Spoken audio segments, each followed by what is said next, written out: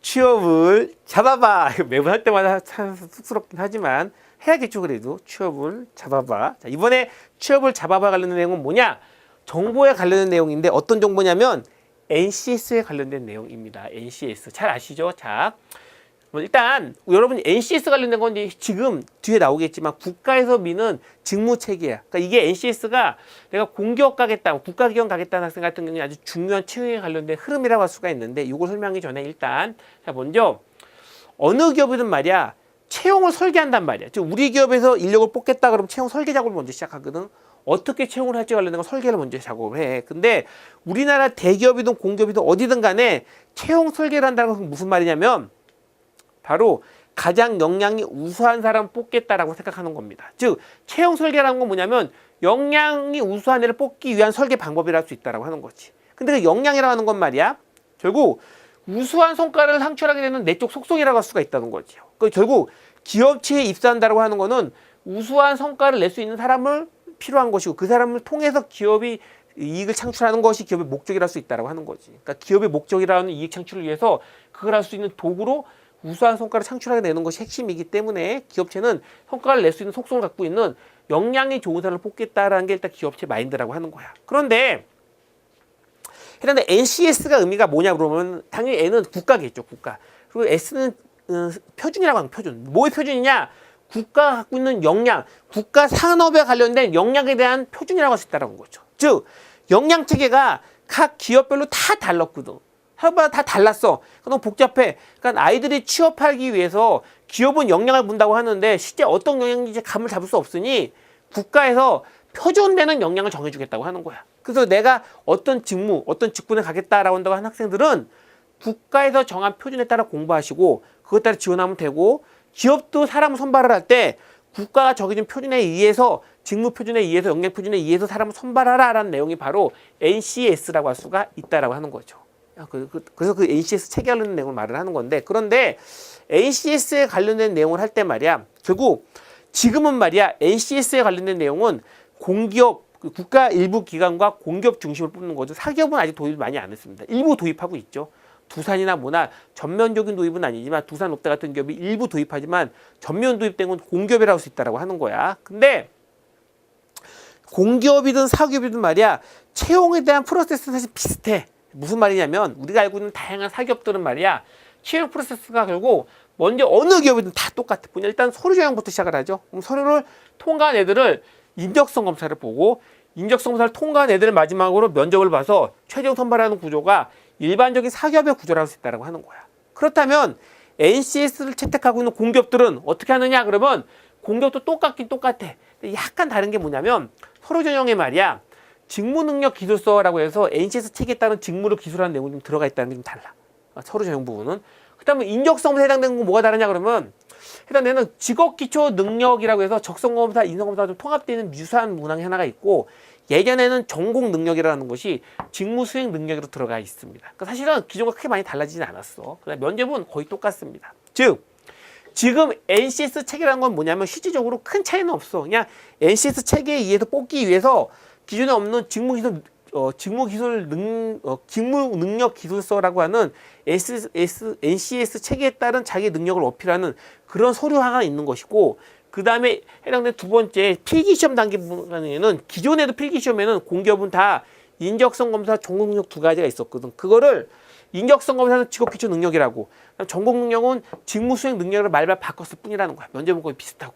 그렇기 때문에 뭘 의미하냐 지금은 NCS라서 전혀 특이한 다른 시험을 보는 건 아니라는 거야. 단 전반적인 흐름이 뭐냐면 NCS는 직무에 대한 역량 능력을 보고 사람을 뽑는 거지 스펙을 보고 뽑는 건 아니라고 얘기를 합니다. 그래서 각 단계에서 예전처럼 스펙을 보는 걸 많이 뺐다라는 거야. 물론 빼도 일부 가지고 있지만 그래도 최대한 스펙 관련된 영어 점수나 학교나 학적 그런 거 최대한 빼려고 노력하는 흐름이 첫 번째 있다라는 거고 두 번째는 인적성 검사에 해당되는 서류 전형, 필기에 해당되는 이 기초 직업 능력과 직무 수행 능력이 예전보다 훨씬 더 중요해졌다라는 거야. 왜냐? NCS에 관련돼서 정부가 어떤 지침을 기업체, 공기업체 주냐면 기본적으로 2단계는 대부분 통과시키라는 거야.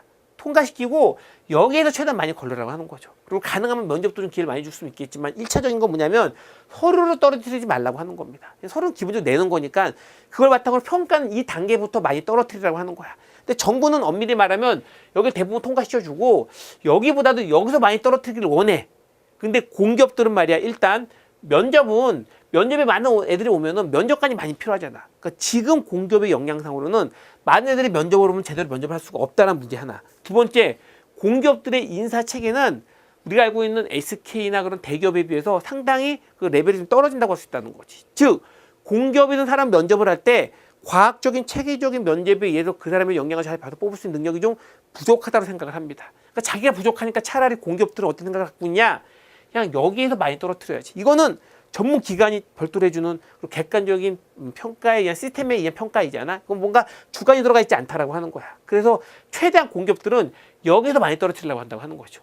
여기서 많이 통과시켜야 되기 때문에. 그래서 지금의 공기업의 채용의 가장 핵심은 모든 단계 중에 2단계가 가장 핵심이라고 할 수 있고, 요 단계인 두 개 내용 중에 예전에는 전공도 많이 중요했지만 최근에는 직업 기초 능력을 자꾸 강조하기 때문에 이거 중심으로 보는 경우가 훨씬 더 많이 있었다라고 하는 거죠. 예전에 인적성 검사를 보지 않는데도 새롭게 직업 기초 능력을 많이 만들어 놓고 전공 능력을 없앤 데도 꽤 있습니다.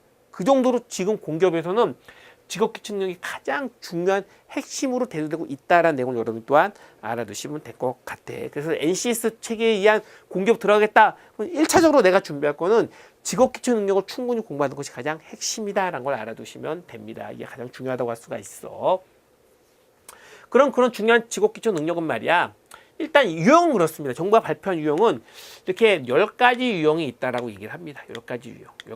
그래서 10가지 유형으로 출제하라라고 얘기하는데 원칙은 뭐냐면 이 10가지의 직업 기초 능력을 다 출제하라. 그런 개념은 아니야. 이 중에 선택적으로 출제하라. 그런 개념이거든. 근데 이 중에 선택적으로 출제하라 하고 그랬었을 때 기업들은 말이야. 공기업들은 일단 이 3가지 영역에 해당되는 부분은 적성 검사로 보게 되면 의사소통 능력은 언어 능력과 비슷하고 수리는 수리랑 비슷하고 문제 해결은 추리랑 비슷하거든. 그러니까 이 부분은 원래 적성 검사에서 되게 중요한 파트야. 그렇기 때문에 이거는 어느 기업은 다 중시하게 출제합니다. 그러니까 이건 거의 공통적으로 출제해야 된다고 할 수 있다는 거죠. 그리고 나머지를 대부분 선택적으로 출제하는 구조인데 이게 나머지 부분 중에서도 이 해당 3가지에 해당되는 거 있죠. 대인관계, 자기개발, 아니면 윤리 능리, 직업윤리 이 3가지는 말이야. 대부분 인성검에서 출제한 기업들이 많이 있습니다. 아니면 상황판단. 그러니까 이 내용들은 일반과 조금 다른 형태의 내용이기 때문에 상당수의 기업들이 별도로 출제한다라고 그렇게 접근하기보다는 인성검사로 많이 대체하고 있는 그런 흐름이 최근의 흐름이다라고 하는 거죠. 그리고 나머지 파트는 기업의 특징에 따라 출제하든 출제하지 않든 그런 흐름을 간다는 거지. 즉, 쉽게 말하면 이거잖아. 자원관리 능력이다 그러면 자원에 관련된 것 한전 그런 것처럼 자원에 관련된 거 출제한다든지 그런 것처럼 업종별로 자기 업종에 맞는 걸 나머지 선택하는 그런 구조가 NCS의 직업기초 능력에 출제하는 흐름이라고 할 수가 있다라는 겁니다. 결론적으로 직업기초 능력을 공부할 때는 일단 어느 기업이든 3가지는 다 출제하기 때문에 3가지 중심으로 충분히 공부하고 두고 있고 나머지는 큰 흐름만 잡고 있다가 나머지 부분은 내가 어느 기업의 자기소개서가 통과되고 그 서류를 냈어. 그 다음에 직업기초 능력 날짜가 나왔어. 그때부터 공부해도 어느 정도 될 거라는 생각을 하는 거죠. 그러니까 시간이 임박한 학생들은. 그리고 나는 시간이 충분히 있다는 학생들은 기본적인 내용을 다 한 번씩 보는 것도 또한 의미가 있겠다 정도까지만 알아두시면 돼. 그래서 가장 중요한 건 요 3가지 내용이다라는 것까지 여러분들이 알아두시면 됩니다. 그런데 실제 공기업의 직업기초 능력의 출제 유형에 관련된 내용을 보면 말이야. 우리가 가장 갖고 싶어하는 대표적 2개 기업을 보게 되면 한국전력 같은 경우에 말이야. 어떻게 출제하냐면 적성 검사에 나오는 언어, 수리, 추리, 공간 그 다음에 NCS의 직업기초 능력을 융합해서 막 짬뽕처럼 냅니다. 그래서 예를 들어서 언어 문제 나왔다가 NCS 문제 나왔다가 추리 나왔다가 공간 나왔다가 NCS 나왔다 그런 것처럼 막 짬뽕해서 냈는데 문제에 대한 비중을 보게 되면 이런 적성 검사 비중이 한 6, 그다음에 NCS 특유의 영역을 한 4 정도 낸다고 할 수 있다는 거지. 근데 그와 다르게 말이야. 같은 발전소 중에 한국 수자력 원자력 같은 이제 자원에 관련된 내용이잖아. 그 중에 한수원 같은 경우에는 말이야. 순수 NCS 체계로 의사소통, 수리 능력, 문제 해결, 자원관리 이 4가지를 또 출제한 특징을 가지고 있다라는 거죠. 얘는. 근데 이런 게 있습니다. 뭐냐면 대기업들에서 봤을 때 큰 공기업들이 봤었을 때는 말이야. 이전엔 인적성 검사를 사람 선발했었단 말이야. 근데 이전에 인적성 검사 선발했었을 때 인적성 검사의 점수가 높은 애들이 우리 기업 와서 일 잘하네 라고 하는 그 내용을 십수년 동안 계속 확인을 했어. 확인한 데이터가 있어. 그렇기 때문에 인적성 검사를 믿어. 근데 NCS에 있는 직업기초 능력은 금년도에 본격적으로 실시하는 게 처음이잖아. 전면 실시가 처음이죠. 그러니까 금년도에 봤었을 때는 NCS 직업기초 능력을 점수가 높게 나왔다라고 해서 업무를 잘한다라고 하는 아무런 데이터가 없는 거야. 어떻게 하겠어? 이게 직업기초 능력을 전면적으로 도입하기 좀 불안할 거 아니야. 그래서 한영 같은 경우에는 적성검사 문제랑 NCS 직업기초 능력을 혼합한 형태로 출제한다고 하는 거야. 그리고 출제 비중도 적성검사를 높게 주는 그런 구조를 가지고 있고, 그렇게 하지 않고 그냥 적성검사를 완전 출제하지 않고 NCS의 직업기초 능력에 대한 단어만 출제하는 기업도 아까 말한 의사소통이나 수리나 문제해결, 아까 언어 수리 추리에 관련된 내용 있잖아요. 이 내용을 좀 더 직업기초 능력답지 내지 않고 좀 적성적인 거 많이 닿게 문제를 내려고 합니다. 왜? 적성은 검증되어 있으니까. 근데 직업기초 능력은 검증이 안 돼 있기 때문에. 결국 뭘 의미하느냐? 내가 공기업에 들어가겠다는 학생들은 NCS 체계를 잘 준비한 것도 중요한데, 그 NCS의 3개 단계 중에 가장 중요하다는 직업기초 능력은, 내가 직업기초 능력을 제대로 공부하겠다는 학생들은 NCS 특유의 영역을 공부해야 될 것뿐만이 아니라 취업대하는, 대기업대 취업대하는 직무 적성검사에서 충분히 공부를 해둬야 된다는 의미가 바로 있다라는 거지. 결국 아이들은 둘 다 해야 돼. 부담이 좀 크죠? 부담이 커도 둘 다 하는 것이 가장 베스트하다라고 할 수가 있다는 거죠. 공기업에 합격하려면. 어쩔 수 없어. 기업들이 이렇게 출제하기 때문에 뭐가 부담이 많이 있어 이렇게 말할 필요 없이 출제하면 당연히 공부를 해야 된다라고 하는 거죠. 그게 여러분의 흐름이라고 하는 겁니다. 그래서 여러분들은 일단 공기업에 들어가겠다는 학생 같은 경우에는 기본적인 직업기초 능력뿐만이 아니라 해당되는 직무 적성검사에 대한 주요 내용까지 공부를 하겠다라는 마인드로 대비하시면 됩니다.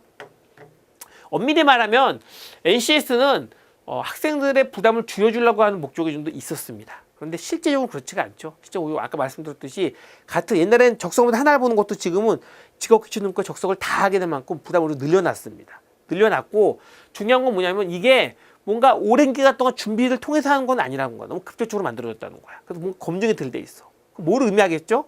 부담도 줄어들지 않고 검증도 안 돼 있기 때문에 기본적인 흐름은 NCS가 오래 못 가겠다는 것이 대부분적인 사람들 일반적인 내용이야. 그러니까 이해하는 연구하시는 분들은 대부분 다 NCS가 길어야 1, 2년, 2, 3년일 거라고 얘기를 합니다. 그런데 여러분들은 지금 당장 취업해야 되는 학생이잖아. 그러니까 지금은 있죠. 지금은 있으면 어쩔 수 없이 지금 NCS 체계에 가장 잘 맞는 공부를 해서 합격하는 게 중요하니까 그걸 대비할 수밖에 없다는 거죠. 그렇게 하기 위해서 NCS 체계 중에 가장 중요한 직업기초 능력을 좀 중심적으로 할 필요가 있고, 또한 그거랑 병행해서 대기업 대하는 직무 적성검사 공부까지 반드시 병행해서 해야 된다라는 내용까지 알아두시면 됩니다. 여러분 공기업에 관련된 내용은 요즘 최근에 아주 가장 핫한 영역이라 할 수 있어. 그러니까 대기업보다 공기업이 좀 더 안정적이고, 그렇죠. 그러면서 좀 더 차별이 없고 스펙이 좀 덜 본다는 이미지 때문에 가면 갈수록 공기업의 지원자가 많이 있습니다. 이런 상황 속에서도 아마 좀 더 좋은 정보, 좀 더 좋은 준비를 하는 학생들이 반드시 좀 더 유리할 테니까 여러분들은 NCS에 관련된 내용을 큰 틀은 오늘 준 내용, 오늘 알려준 내용을 바탕으로 직업기초 능력을 준비하는 것이 중요하다라는 내용까지 정리하시면 됩니다. 여러분 모두의 공기업 합격을 기원합니다. 고맙습니다.